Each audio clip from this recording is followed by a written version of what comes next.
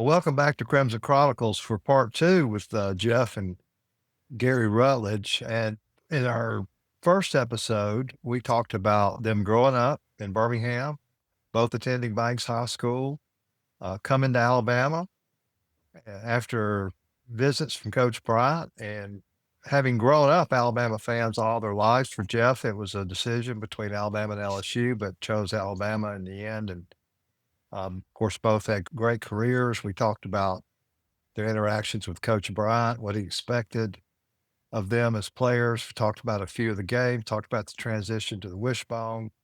So here in part two, I'm going to ask each one of you, what one game or one play from your Alabama career still runs like a highlight reel in your mind? Gary, I know of one with involving you that certainly is iconic in most Alabama fans' minds, but answer Well, away. that's the one I'm known for. The first play of the Tennessee game in 1973 at Legion Field, through an 80-yard pass to Wayne Wheeler. I think that was the fourth or fifth game of the year, and we'd always opened up, handing the ball off to the fullback to see who would, on defense, would have fullback, quarterback. That's the in that first plays I've ever getting. But we thought Tennessee would pretty much that first 4 or 5 games, and so they did, and I just faked it to the fullback and threw it, and Wayne Wheeler was 10 yards behind the guy, and it was a harder pass than you think because he's so wide. When you don't want to overthrow him, then you don't want to underthrow him. And but anyway, it worked out great. So that's my play. I like. If I could say something to that play, Gary had told me that they were going to open the game with a pass. Well, I'm sitting there at Legion Field in the end zone. I don't know how I was in the end zone. Gary didn't get us very good seats, I guess. So I'm sitting there in the end zone, and you got Alabama fans, sitting around you, and I'm sitting there talking, and I'm not sure who I was talking to, but I said, I bet Alabama starts off with a pass play to Wayne Wheeler on a post. And they both guys looked at me and said, Alabama never starts the game with a pass play. And I said, well, I predicted. And sure enough, Gary had told me, and he fakes it and then raises up, hits Wayne Wheeler on touch. They looked at me and thought I was like, oh, I never told them the whole game Gary was my brother. I just sat there and let them think that I was this guru, and I knew what things were going to happen. And so that was funny about that game, because I told those guys they're going to open up with a pass. Are there any others for either one of you of kind of single plays that stand out?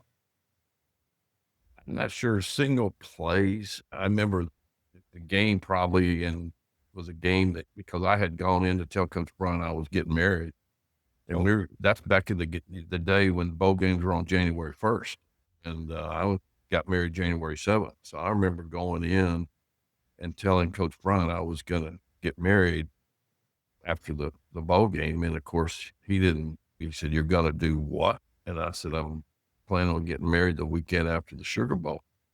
And he looked at me, he said, you know who we're playing? And I said, well, of course I do, Coach. He said, we're playing Ohio State. And this is quote, he looks at me, he goes, hell no, son. We're playing Woody Hayes. And he poked me in the chest and said, and you're getting married? And of course, I am sitting there going, he's going to tell me no. I'm sweating, shaking. And he sits back down in his chair and he looks at me, and then he gives me the, do you love her? And I said, yes, sir, Coach, I do. He said, have you talked to her mommy and her daddy? And I said, yes, sir, they're all on board. I said, your mom and dad? And I said, well, they weren't as excited about it as her. And Gary knows what I mean. I said, they'll be fine. And he just said, you better play your butt off. And then we ended up beating them 35-7. I was fortunate I got MVP of the game. And at the press conference, I've got a picture of it. I'm looking up at him. The ABC mic's right there on the podium, and he had looked down at me and he said, nice wedding present, wasn't it, son? So that's just a great memory I had, because he was very supportive and great. It's just going in there to tell him what I was going to do, though. That was probably one of the most nervous times I've ever been. So you were married your whole senior year then? Yes. You see, Laura had graduated a year and a half ahead of me. She was a year ahead of me in school, and She had clept out of a lot of classes. She's very smart. And so she was teaching school the whole time I was playing my senior year. Gary, how about you? Well, that's kind of funny. I got married when I was there as well. And I had to go ask Coach Bryant. Back in those days, you got $150 as a quote marriage scholarship money. Now they get NIL money, but you got $15 check normally as an athlete. But if you got married, you got $150.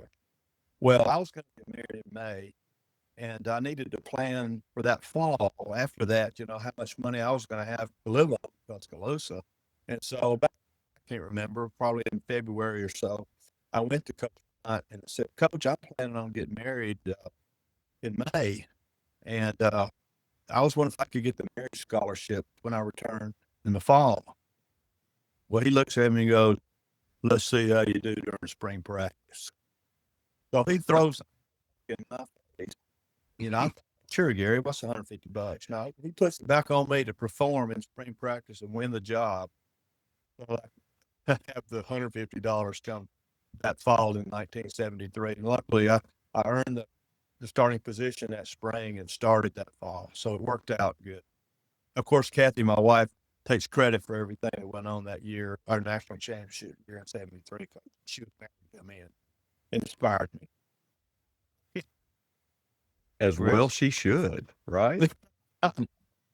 That, Gary, that sounds like a real major pressure situation, but each of you had to step into major pressure moment, being the quarterback at Alabama. And I'm curious, how did your faith and your family and even your bond as brothers help you each as, you took care of those big game responsibilities? Well, for me, it was my faith. I'm not very big. I played at like 175 pounds. I was a small, skinny guy. I didn't have a big arm. I wasn't a good runner, but I could make the wishbone work. Somehow God led me to play quarterback at Alabama and to be there at the right time and the right place. I mean, several guys that were really good quarterbacks got hurt while I was there. Robert Fraley got hurt. Danny Ridgeway got hurt.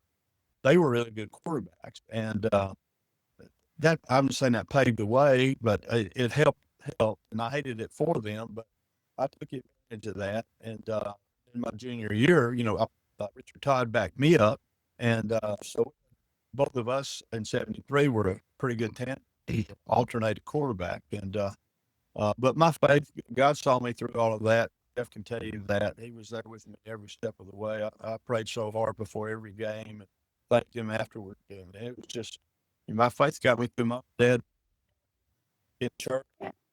We always went to church on Sundays and Wednesday nights. Every time the door opened, Dad was instrumental in me becoming a Christian. And it was just part of my upbringing to be to love Jesus. Yeah. And for me, Gary hit on it.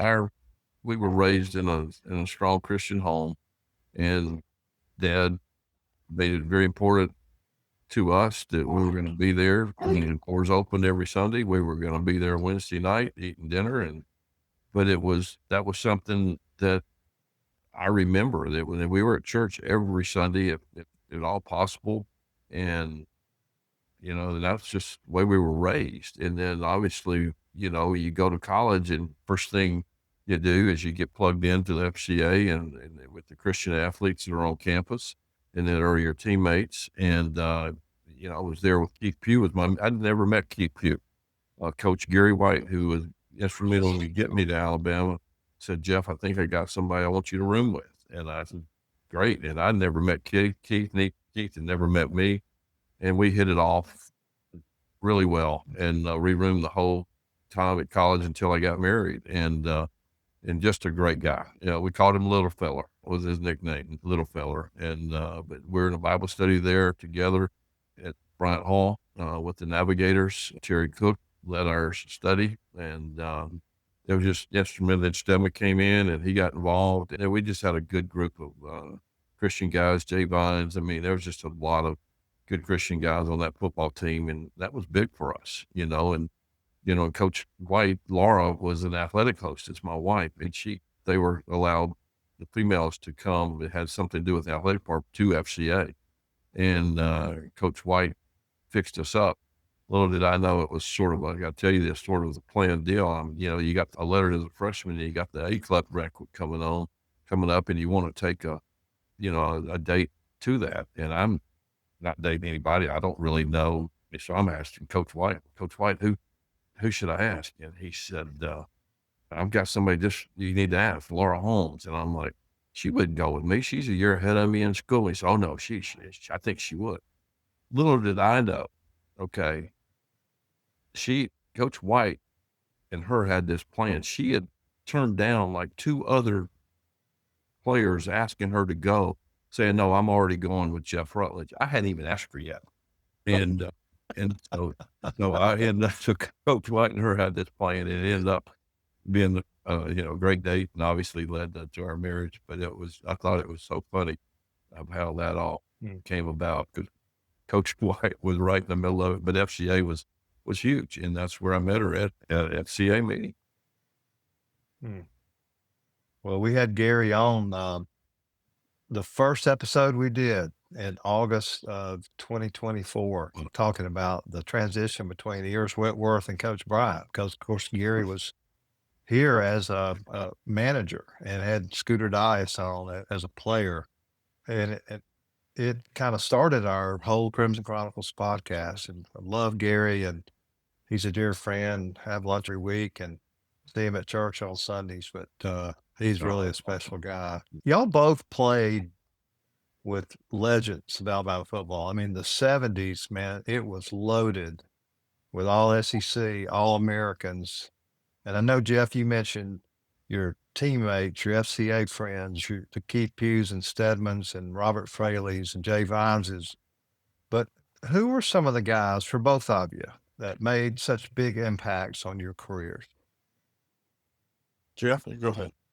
Heck, they're your teammates. You're not any good if you don't have the other 10 guys that are on your team with you doing their jobs. And I was fortunate. All these guys were great. Our offensive line, Dwight Stevenson, our center, you mentioned, was phenom at that position, but we played together. There was no egos. Everybody pulled from one another. Back in those days, they alternated Stedman and I for a lot of the time. My senior year, I started pretty much every game, or did start all the games, but our goal was to win. And so our teammates, we were a very close group of guys. And heck, I was fortunate to have Ozzie out there for a couple of years, and had Keith and Johnny Davis and Steve Whitman and fullback. I mean, we had some great players, and but not better than great players. They were just good people, guys you wanted to spend time with. You would do things with. We lived in the dorm back in those days, and we all got along. I had Marty Lyons and Barry Krause across the hall from us. Now that was a hoot now, because you would have curfews, of course, but Keith and I, we were early to bed, early to rise, and those guys were late to bed and late to rise. And they'd always knock on our door as they came in, just telling y'all we're here, and then Keith and I'd be sound asleep. So we had good marriage, but it's just some great guys that didn't necessarily believe or think the way we thought, but we're great teammates, and we all got along, which is what you have to have on a football team to be successful. You've got different personalities, and you've got to be able to work together. And don't forget one particular Crimson White sports editor that you got to know. Oh, that's you. Did you write good things about me? You'll remember that more than I would. I'm not gonna answer that. Gary, how about you? How about you? Well, I played. I had some great players. I played in my starting lineup anyway. It's kind of funny. Wayne Withers is wide out, but then we had my offensive line. The heaviest guy was 265, and that was All-American Buddy Brown. Sylvester Crump was 73. He weighed like 25. Left guard was, I think Larry Ruppin weighed about 225. Steve Sprayberry, 28. I think Tom Hodgers was 210 or something. They were all small, but they were great players. And then Wilbur was one halfback. Randy Billingsley was another one. Then we had Ellis Beck, Alvin Culver, fullback. We had some really good players. Again, like Jeff said, we all wanted to win. We all wanted to compete. We also wanted to play a lot. But it was fun to be a part of that. Practice was tough. People always ask me how tough with practice. It was really hard. Of course, we as quarterbacks didn't get as much. for those linemen, it was tough. We had to perform. I mean, if we didn't run the wishbone in practice right, we wouldn't play much on Saturday. So it was repetition, a mesh drill where the fullback doesn't know whether he's going to get the ball or not to a certain point. Then we had to even let him jerk it back out, go down the line. We went over and over and over that. So that's part of the wishbone, but we had a great team. And then on defense, we had Chuck Strickland and who else we have? Woodrow Laws, an All-American. Leroy Cook, John Croyle was a defensive end. Y'all heard of him. So we had some great players. Yeah, what classic teams. Well, both of you play in the quarterback position. It's a leadership position. And I'm interested to know, how did you lead? And maybe where did your leadership philosophy come from? Where did you learn how to lead?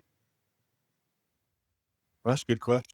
For me, I just led by example. They knew I was a believer. They knew I was a Christian. I always was trying to be hustling, off-season workouts, and everything I did, I tried to be first. They saw how much I tried to have a ton of ability, but they recognized that, and I earned my way through college there as far as making the team. I just led by example, and Coach Bryant always looked at how you handled the huddle. I made that joke about how he was in the huddle with me one time, but I wanted to see you take charge and be a leader that way as well. He could tell whether the players respected you and looked up to your leadership. And he watched us closely at quarterbacks, I thought. I was fortunate that I had Shorty White was my high school head football coach, who was, Gary will tell you, he coached him as well, was tough. But he taught us hard work. He taught us discipline. And I was fortunate to play with Coach White. He started me as a freshman about halfway through. So he had confidence in me from a very early age, really. But he was one. So I had a very fortunate, I always say, I've probably had the best coaches of anybody in America from a high school, college, and then pro, because I played for Parcells and Joe Gibbs. So I was very fortunate. I had great coaching. But I look back at Coach White and just what he taught us, the work ethic. Don't let anybody outwork you. He started in high school. I mean, he was tough. And, he got his nickname. He was Shorty, but he walked on those tiptoes but you didn't want to disappoint him. And then I was very fortunate that when I went to Alabama, Coach Bryant had offered him the running backs job. So I was fortunate to have Coach White another 4 years at Alabama. And I owe him so much just from the work ethic. He believed in me as a freshman at Banks High School, to have a coach that believed in me like that, and then to go with me out to Alabama. I was fortunate to have him for another 4 years, and obviously with Coach Bryant.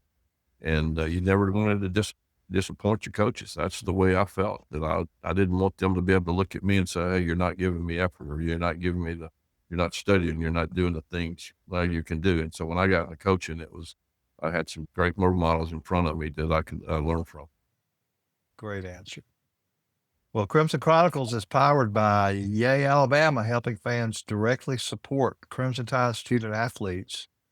Join today at yayalabama.com. That's YEA-alabama.com, and wave your towel from Whitwell Sports. Rick? There we go. Use the code TWO to get a discount on that title towel. Well, guys, how did your time in Tuscaloosa shape your careers beyond football? And Jeff, you talked about playing pro ball, but what's the famous saying, or the famous slogan from the NCAA? Everybody goes pro in something. And so Gary, it shaped your career as much. You guys talk about how your time in Tuscaloosa prepared you for life after. Well, for me, I kind of already mentioned it. Just the work ethic that it took to be a football player at Alabama. He pushed us. He wanted to succeed. You played like you practiced. You just, I was a salesman is what I did for 32 years. I was a pharmaceutical rep. And so, again, if I didn't work, I didn't make money. I didn't do the sales that they wanted me to make. And so hard work was part of it. And that helped me to never give up, to always hustle, and to just do what Coach Bryant taught us to do, give 100% all the time, and do it all with class. And so I tried to do that best I could. And I agree with that. I mean, you play football in Alabama. I was fortunate. I had an opportunity to go play pro football. And when I was getting ready for the draft, they didn't have the combine back in those days. They would come and work you out, and I had Robert Fraley, who was an ex-Alabama quarterback, was my agent. And, they would come to Alabama and work you out. And, you would think, okay, wonder how I did. I would have loved to have had a combine, but being a wishbone guy, I'm thinking, I'm not going to get a chance to play. I threw the ball maybe 10 times a game.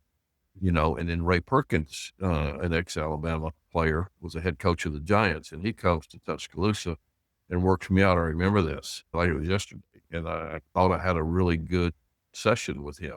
I had a receiver, and he put them in spots, and I'm dropping back and throwing the ball, and then afterwards he tells me, he said, "Jeff, I'm going to draft a quarterback in the first round."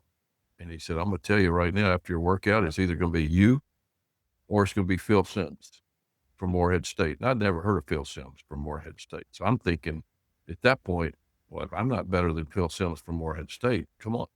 The draft comes, and Laura and I, she didn't go to school working. We're sitting there watching the draft, and it was the longest, most disappointing day of my life. That's back in the day when they had 12 rounds. So I'm sitting there, the Giants are up, and they didn't have it on TV. So I'm waiting on a phone call is what you're having. And I don't hear anything. And then Robert calls me and he said, "Jeff, they took Phil Simms from Morehead State." I'm like, "What?" I didn't even know who Phil was at the time. And so I ended up first day not even getting drafted. And so now I'm getting from my agent, who's Robert, it wasn't Robert, excuse me. It wasn't Robert at the time. It was somebody I was talking to. I ended up, the guy telling me, he said, "Well, it may be you're better off not getting drafted and go as a free agent." And of course, I was like, "What?" From going no later, than third round and not get drafted. And anyway, I get drafted by the Rams, fire my agent, hire Robert Fraley, who I should have had to begin with, but Robert was just getting into it. And then ended up playing some games as a rookie. And then I ended up getting traded. Watching you got to tell the story. I'm probably rambling, but we're playing a preseason. We've broken camp with the Rams after my third year. We've had our son Brooks, Laura's cooking dinner, and I'm watching the Giants. Phil Simms had gone down in an injury, and they're talking about the Giants are in need of a quarterback. And I'm just sitting there watching the game. And they said the rumor has it they're going to be trading for Jeff Rutledge from the Rams. I was like, "What?" And I said, "Honey, did you hear this?" And she's cooking dinner. About that time, the phone rings, and it's Robert. He said, "You're not watching TV, are you?" I said, "Yeah, I am. What's this deal?" He said, "You're going to get traded tomorrow to the Giants." So that's sort of how it worked back in those days. You didn't have a say in what happened. You just hoped that somebody wanted me. And thank goodness I get to New York, and Perkins is waiting on me when I get to the complex. And he said, "Jeff, I got to tell you a story." And I'm like, "Okay, coach." And he says, "I wanted to draft you in the first round, and George Young, the GM, wouldn't let me." I'm like, "What?" He said he didn't think it would look good for an ex-Alabama player to draft an Alabama player with his first pick in the NFL. I just said, "Thanks, coach. You cost me a lot of money." And started laughing. Of course, we didn't make any money back in those days, but it would have been, but I was fortunate. I fought through that whole time at New York and to make it. And when I got traded to the Redskins and got to play down there, we'll go to another Super Bowl, win a Super Bowl there. So I was very fortunate to do it all. Hard work. If you're not, I don't care what you do, if you're not willing to work at it, it's going to be very hard for you to be successful. That's why you should just tell Coach Bryant, don't let anybody ever outwork. Yeah, and you were in 3 Super Bowls and won 2 of them, and had 14 years in the NFL. Was the holder for every field goal and extra point, right? Yep. Thankless job. 14 years. A thankless job. And I do know you had a great game against the Detroit Lions when you were with the Redskins, came off the bench, threw for almost 400 yards, and you had some great moments in the NFL, because I've certainly followed your career. And but everybody we've had on here talks about the leadership traits Coach Bryant taught them that they've used later in life. And what y'all just described is exactly that, about doing the right thing, working hard, having a great work ethic, um, and just focusing on the task at hand. Rick? So, how does it feel to look back at your place in the story of Alabama football? When you look back over all the years being a fan, then playing, and all the years since, and realize that you have a piece of that history. For me, it's a blessing to get to play for Coach Bryant was a childhood dream, and I got to achieve that. To play quarterback was a childhood dream. I got to do that. Things like that just was a God given thing for me, and I was just grateful to do that. I'm still amazed that people remember some of the plays that I played over. I played 52 years ago, and some people still recognize me every now and then. I'll still get a thing to sign. Sports Illustrated, they send those things to me all the time. People collect those. I don't know, just to be up with that and not really realize it when I was down there. I never thought much about it. I was a player and a starting quarterback, but I mean, nowadays when you look at how they interview players on ESPN and they talk about all these players and they criticize them, they brag on them. I'm sure glad I played back in those days because I could. My dad would have jumped up from the watching TV and risked you out and beat up somebody talking bad about his sons. I was just world fortunate to play.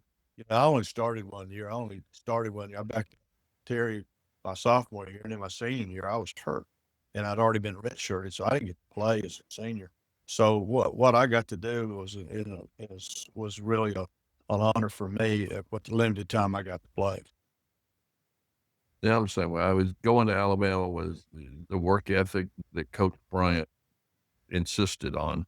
It started when I said earlier with Shorty at Banks, and then him going down there. And as long as you gave effort and you didn't have a problem with Coach Bryant or any of the coaches. It was when you didn't do what you're supposed to do is when you got in trouble and got yelled at. And, going to Alabama was a dream. I know I mentioned there's some other schools involved. I enjoyed the recruiting process, but when it came down to it, Alabama was definitely the right place for me. And, and I got there, I met my wife there, and going back, I've been to 2 games this year. I hadn't been able because we lived in California for a long time. Didn't get to go to Alabama games. So I've been to 2 Alabama games this year, the Vanderbilt game and then last weekend. And to be able to go back and see the excitement of the fans and the stadium and the ground, I'd have loved to play in front of 100,000 people like it is now, or however many seats. I mean, and at the end of the game when they play all the songs and see everybody singing, I mean, I was right in the middle of all that. It was so much fun just to be there watching. We're gonna go down again, and so it's just fun to say I played at that school and the excitement of it, and back when Gary and I played, the fans were just as excited. It's just when you got a stadium full of 100,000 people now, but people have always loved Alabama football, and Coach Bryant got that tradition going, and all the coaches that have come after him have continued it, and it was just an honor to be able to say I played for the University of Alabama. Tell us what your children and your grandchildren think about Granddaddy playing for the University of Alabama. What do they know about it? Well, for me, they can't believe it. Number one, but the kids they know all about it. They've grown up with it. It's kind of fun. My daughter Stacy, this was years and years ago. I was in grammar school or high school, somewhere in there. Like a UPS guy came to the front door and delivering a package and said, "This where Gary Rutledge lived?" And she said, "Yeah." And she's, "Are you his daughter?" And she said, "Yeah." And he said, "What's it like to be his daughter?" Like, just really silly stuff that I thought, Alabama. But it is strange to have been a part of that and the people still come up to you. And I don't know. I'm flabbergasted. People still remember 50-something years ago, some skinny redheaded guy played at Alabama. Jeff, how about your 11 grandchildren? What do Well, I know no, about your days? 11 grandkids. Well, it starts with Brooks, by my oldest. I mean, Yeah. he was fortunate. He had a baseball scholarship to Vanderbilt, and he played baseball at Vanderbilt. And then Kristen, my middle one, she went to Alabama, and she was an athletic coach. She helped show recruits around, which is what Laura did. She was on a full ride there, basically, because Coach Bryant had left anybody that played for him, his kids could go tuition free. And then with that, plus her showing recruits around, she basically went to Alabama for nothing. So which was great. She loved Alabama. She's still a huge Alabama fan. Meg ended up started there at Alabama for a year and then came home. And then she ended up going to UT, University of Tennessee. She married her high school sweetheart. She's got 4 boys. And Kristen's kids are Alabama fans. Meg's fans. One's an Alabama fan. The other called Carson at Tennessee.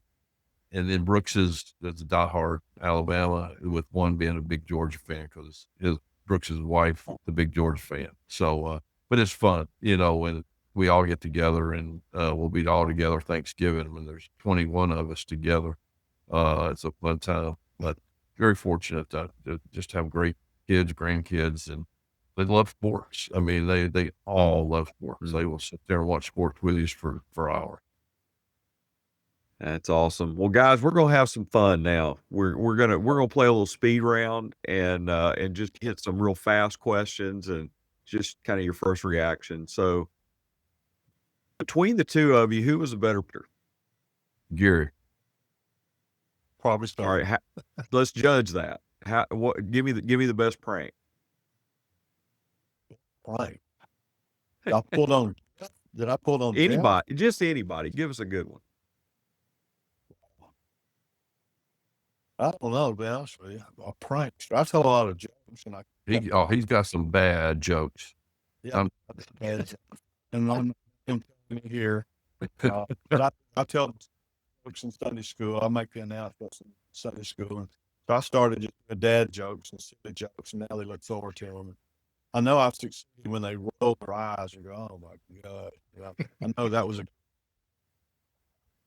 Well, Gary's told me 2 jokes. No, you gonna tell and it's the only 2 jokes I know. It is. That's true. But Laura, my wife, will tell me, and I'll tell them, and she's over shaking her head, and she said, "Those aren't funny," but I'm like, "I think they're funny."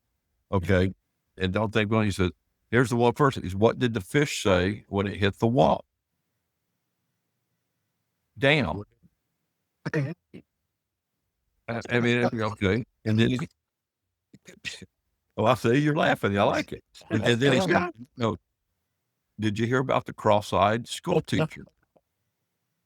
I'm like, "Cross-eyed school teacher?" I said, "No, I didn't hear about her." He said, "She couldn't control her pupils." And so those are the 2 jokes I know that he's told me, but he's got a lot of, but I don't know where he gets them, but I don't know if he gets them off of Laffy Taffy or what, but. That's pretty good. All right. So, who had the sharper football IQ? I'd say Jeff did. He played 14 years of pro ball. I'd say Jeff.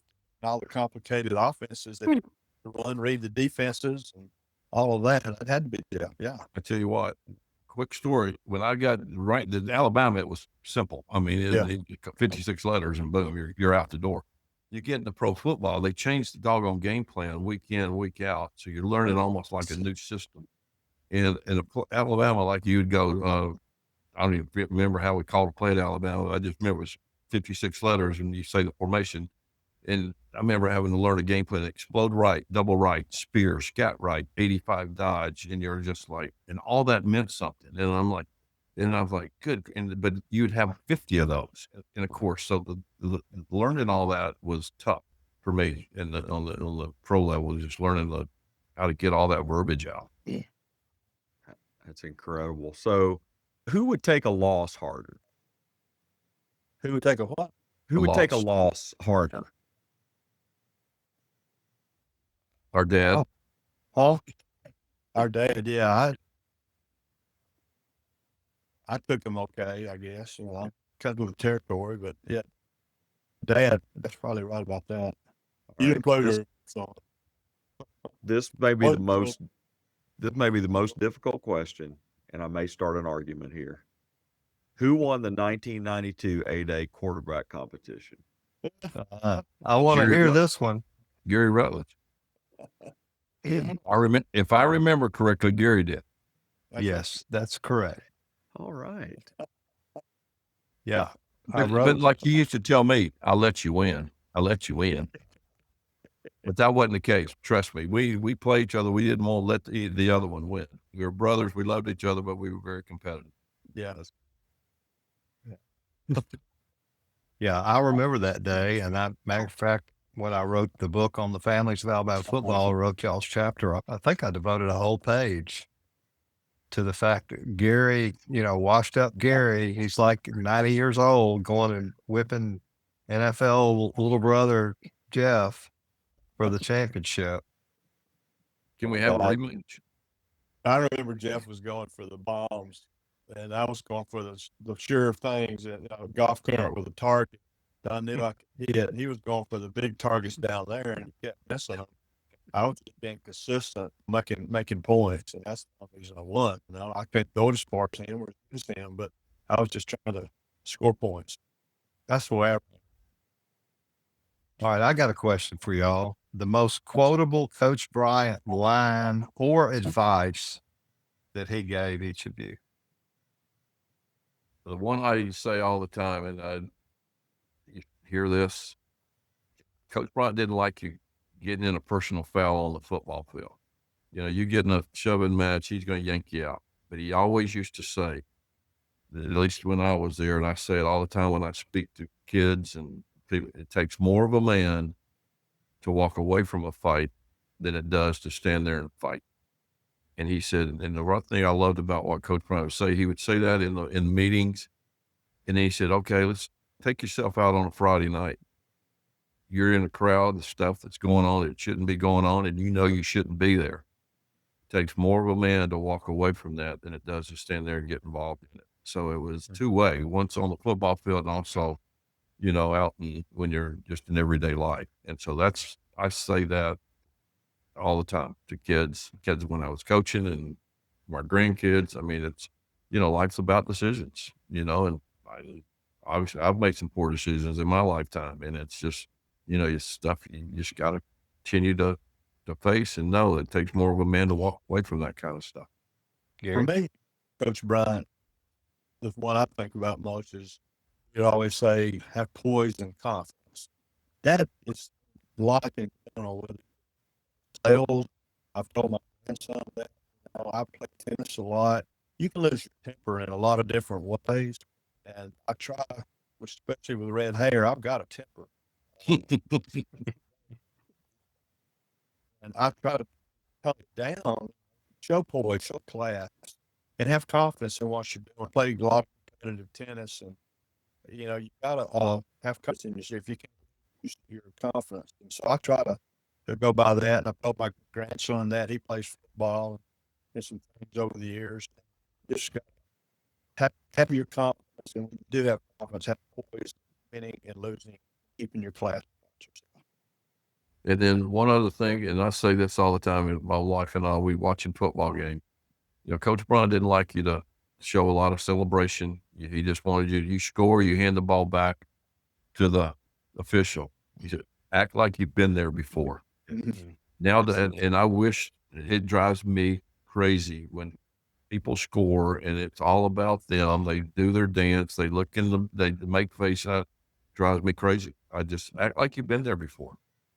Jeff, my wife has threatened to cross stitch that and put it on the wall because of the number of times I've said that during a ball game over the last 34 years. Yep. That resonates. Well, if you could relive one moment in Crimson and White, what would that moment be? If you could just go back and have one moment. I can remember some interceptions and fumbles I had that I had a fumble against Notre Dame in 1973. If you're talking about football, the defensive end knocked it out of my hand, to pitch it out, and he knocked it. I don't remember if they scored off of that or not, but that's the biggest game of my career, and we lost by 1 point. I remember, and that still haunts me a little bit. I can tell you mine. Tommy, you might remember this one. You were probably there. My five interceptions against Nebraska. Yeah. It was one of those. I mean, I was throwing them to linemen, the linebackers. I mean, George Andrews was a defensive end. He got one. It was one of those. We got behind, and and we were. I threw 5 interceptions, and then I get back to the dorm, and somebody found out the phone number to my dorm room, and it made no sense. But I answered the phone, and somebody paid Coach Bryant to play you. You're terrible. You need to quit. You need. I mean, I was just like, for about 2 or 3 days, I was getting phone calls from people. How in the world they got our number at Bryant Hall, I don't know. But they were telling me how bad I was. And the great thing is, I went on the streak and I didn't throw another interception for over 100 something passes, which Wow. like, well, that's at least I sort of hopefully got some confidence in people back on my train. But that was one of those nightmare games that you had it, but once again, you forget about it. You're gonna make. But I tell kids, you're gonna make mistakes. You have to have short-term memory. It's over. Forget about it. It's when you don't, you keep letting it lead to another mistake and lead to another mistake. Hey, you're gonna make mistakes. Just forget about it. A lot of people think I was a pinpoint passer, but to realistically tell y'all, I aimed at the defensive backs and hoped my receivers intercepted. That's a key. Yeah, Jeff, I was at that Nebraska game. I actually flew with the team as the Crimson White sports editor. And, I've shared this story before, but, I'd grown up in Alabama in Gadsden, and Coach Bryant was our coach, and I had no idea of his national impact until that weekend when we go up to Nebraska, and on the Friday walkthrough, we go to the stadium, and there are Nebraska fans lined up from the buses all the way into the stadium just to get a glimpse of Coach Bryant. And that was the first time I realized what a national figure he was. And I'm thinking, wow. And I'm here, right, flying with the team. And of course, I went out to Southern Cal, a few weeks later and upset them when y'all had such a great comeback. And so just being a Crimson White sports editor, and being in his office and sitting in that couch, sinking down and looking up at I mean, I was there, and it's a treasured memory I'll never forget. So let me ask y'all this: when fans approach you today, other than the 5 interceptions, Jeff, or Gary, the Wayne Wheeler pass, what's the story that they always bring up? Is that Jeff? Surely they don't come up to you and say, "Hi, I remember those 5 interceptions you threw against Nebraska." Well, the crazy thing, Tom, most people don't have a clue who I am anymore. I mean, I'm 68 years old. I was at the post office today mailing something, and I'm walking out, and I roll tide for about 3 people, and because I have an Alabama. Yeah. I hardly ever wear this. I will wear today because it's cool up here, and it's roll tide. And I'll see them in the grocery store. I'll walk by them, and I don't have an Alabama sweatshirt on. Roll tide. But I don't have a clue who I am, and it's so funny, and I was posting on my day that commercial. You've seen it where the guy comes down. High tide, everybody. High tide. They rolled my oops. He says, but Alabama fans, Gary and I are up in our years, and so that to say, you even show some. Well, I played at Alabama, and they go, when did you play? I mean, they sort of now they look at you played at your age. But that's something though we look back on, and we were there, going to games, and like I can remember running out on that field and fans are yelling and or booing. I mean, I've been booed before down there, so it's just part of it. Well, one thing we tried to do as the A Club is to honor former teams and championship teams. Like for the Oklahoma game, we'll have the 60-year anniversary of the 1965 national championship team. Oh wow, 60-year anniversary, and that's awesome. Can't wait for that. Gary, how about you? What do they say when they see Rooster Rutledge? Well, the favorite question, if they know that I played and all that, is, what was the bear really like? That's tell them about Coach Bryant and how tough he was and all that. So that's what they want to know. What was Coach Bryant like? They don't care much about me or even know later what plays I played. Unless I have a ring or something. So just like Jeff, I say people all the time, They don't have a clue. So somebody to remember me or Jeff's got to be 60 years old at least. Been in high school, played or something. So 57, Gary. You were the very first Alabama quarterback that I remember. is that right? So, Wow. 57. And Well, the first time that I ever paid attention to football and sat with my daddy to watch a ball game, you were the quarterback. There you go. All right, guys, what message would you share with the next generation of Alabama quarterbacks? You're going to sit down with Ty Simpson and have a conversation with him. What would you make sure he say? You can answer that when you played. Heck, I was like, keep doing what you're doing. I mean, I am impressed with him. I mean, I don't know him, but I tell you what, don't give in to the pressure. Don't feel like you got to make every play. I mean, I'm watching him, and I have been very impressed with his play. You know, I mean, especially come after, you know, they get beat the first ball game, and then to play the way he's played and the leadership, and to watch him, it's fun to watch. Fun to watch. I mean, just keep doing what you're doing. He's got it together. I don't know how you play these days without, you know, watching ESPN or something and beating your clip-ins or the SEC network. You know, I try to tell them to stay off the internet and watching TV and just focus, have tunnel vision straight ahead. That's hard to do these days and age. And, you know, they're talking about Heisman Trophy, all this and that. Somehow you've got to, you know, you got to concentrate on what you got to do as a quarterback to lead your team to pick the ball and do what the coach wants you to do. But don't worry about your own accolades and that kind of thing. And they used to say, don't read your press clippings. Don't read. Exactly. That's right. Great answer. Well, that's a good word. Gary, Jeff, huge thank you to you for joining us and for carrying the Crimson legacy forward. Folks, you can subscribe on YouTube, Apple Pie. Please wave your title towel and support players through Yay Alabama. And thanks for joining us. And fellas, we're going to end the same way we end every episode. Could you give us a big Roll Tide? Roll Tide. Roll Tide. Roll Tide. Thank you, guys. Enjoyed it. Thank you, guys. All right.